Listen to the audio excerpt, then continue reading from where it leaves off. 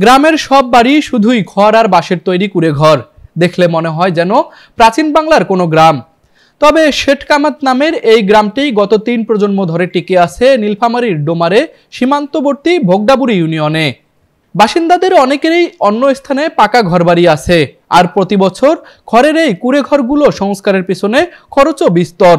তবু শুধু আরামের জন্যই খড়ের ঘরেই বাস করা পছন্দ তাদের। উপর থেকে যে গ্রামটি দেখা যাচ্ছে, চারপাশে বিস্তীর্ণ আবাদি জমি আর মাঝখানে অনেকগুলো কুঁড়ে ঘর, এটি শেঠকামাত গ্রাম। বিদ্যুৎ নেই, নেই কোনো রাস্তা, তবু নাকি আরামে ভরপুর এই কুঁড়ে ঘরগুলো। গত ৩ প্রজন্ম ধরে একটি বনেদি পরিবারের বর্গা চাষীদের বসবাস এই শেঠকামাত গ্রামে। ভূমির মালিক প্রধান পরিবারের ৩ ভাই মূলত দেশের বিভিন্ন স্থানে বসবাস করেন। বর্গা চাষীরা বছরে 2 বার চুক্তি অনুসারে নির্ধারিত টাকা পাঠিয়ে দেয় তাদের কাছে। বর্গা চাষীরা এখানে চাষাবাদ করে গ্রামের বাইরে বাড়িঘর জমি জমার মালিক হলেও এই কুঁড়ে ঘরগুলো ছেড়ে যায় না। ভূমি হারানোর ভয়ও নেপথ্যের কারণ হতে পারে, তবে তারা বলছেন খড়ের ঘরে আরামের কারণেই এখানে বসবাস করেন তারা। আমরা তো 3 পুরুষ থেকে আসি ভাই, এইখানে খেরে বাড়ি আরামদায়ক, মানে পুরাপুরি বলা যায়, এসিয়ে বলা যায়। আর আমরা 3 পুরুষ থেকে আসি, আর এখানে আসি আপন আপন সম্পূর্ণ কিছু জমি জমা করছে, আর লাভে লোহা পায়, বুঝলেন না। এখানে লাভ আছে, যাদের জমি আবাদ করি তারা সরল সোজা, আমরাও সরল সোজা। আরাম, কঠিন আরাম, এইটা আমরা পাল্টাই না। খরচ হলে তো কি করবেন, প্রতি বছরে বছরে তো আমরা 10,000 15,000 টাকা খরচ করি।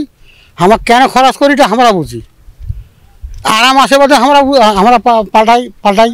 আরামের তা না, এসি ঘর যখন করে তো কত টাকা খরচ করে, তা আমার এটা এসি, দুন বাতাস পাথর পানি ঝড় বৃষ্টি বয়াজ আছে, আমরা বোঝে না ভাই। প্রচুর টাকা আসে, ওলে হবে কি আমাদের এই যে টাকা বিনা টাকায় আমরা এসি ঘরে থাকে। ভূমির একজন মালিক জানাচ্ছেন, আগেও বর্গা চাষীদের টিনের ঘর বানানোর কথা বলা হয়েছিল, কিন্তু তারা রাজি হয়নি। ফলে বর্গা চাষী বা ভূমির মালিক কেউ কারো বিরুদ্ধে যায়নি। চালু আছে খড়ের কুঁড়ে ঘরে বসবাসের নিয়ম। আসলে আমার দাদা, আমার বাবা, আমার চাচারা এভাবে করেই তারা এই কুঁড়ের ঘরে তারা তখন থেকে আসতেছে, 3 জেনারেশন থেকে। আমরা তাদেরকে খুব চেষ্টা করেছিলাম যে পাকার ঘর কিংবা টিনের ঘর আমরা স্থাপন করে দিই, কিন্তু কিছুতেই তারা সেটা গ্রহণ করতে ছিল না। তারা আমাদেরকে বলছিল যে কুঁড়ের ঘরে যে আরামদায়ক থেকে, কুঁড়ের ঘরে যে থেকে তারা খুব কমফোর্টেবল ফিল করে, তারা পাকার ঘর কিংবা টিনের ঘরে সেটা কমফোর্টেবল ফিল করে না। আর যারা এই গ্রামে আমাদের উপস্থিত আছে তাদের প্রত্যেকেরই টিনের ঘর কিংবা পাকার বাড়ি অন্য কোথাও আছে তাদের, আমাদের এই গ্রাম ছাড়াই তাদের আছে।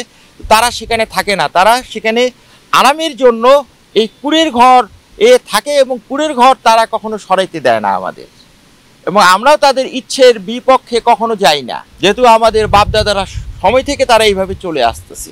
প্রধান পরিবারের জমিতে প্রায় 25 থেকে 30টি পরিবার এই শেঠকামাত গ্রামের কুঁড়ে ঘরগুলোতে বসবাস করেন। নীলফামারী প্রতিনিধি তাহিরুল ইসলামের পাঠানো তথ্য ও চিত্রে তুষার আচার্য, ডেস্ক রিপোর্ট, RC টিভি।